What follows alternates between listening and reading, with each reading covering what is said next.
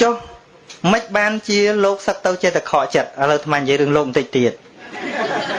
ភាកច្រើនទោះបីជាបានមែនក៏ដោយទីបំផុតបានតែភាពមើងងាយពីប្រពន្ធពីម៉ែក្មេកពីព្រោះអីពីព្រោះនៅពេលនៅលោកចឹងអាដើរទេសនាកិត្តិយសដូចគ្រាន់បើដែរឃើញទេដល់ពេលសឹកទៅវិញមានណាមកមុនទេសនាទៀតមានណាមកថ្វាយអង្គមទៀតមានណាយកស្អីមកជូនទៀតអស់លីងអញស្មានតែគ្រាន់បើគ្មានចេះស្អីទេចេះតែមកមុខមានចេះរត់អីនឹងចេះតែទេសមកមុខហ្នឹងណាទៅបានកូនមួយអត់ចេះរស់ស៊ីអីទេងើបក់រុយឲ្យតកូនបានពេលមួយប្រពន្ធគេជ្រៀងពេលកូនកូនឯងដេកទៅឪឯងមានចេះអីទេចេះតែអង្គុយបក់រុយ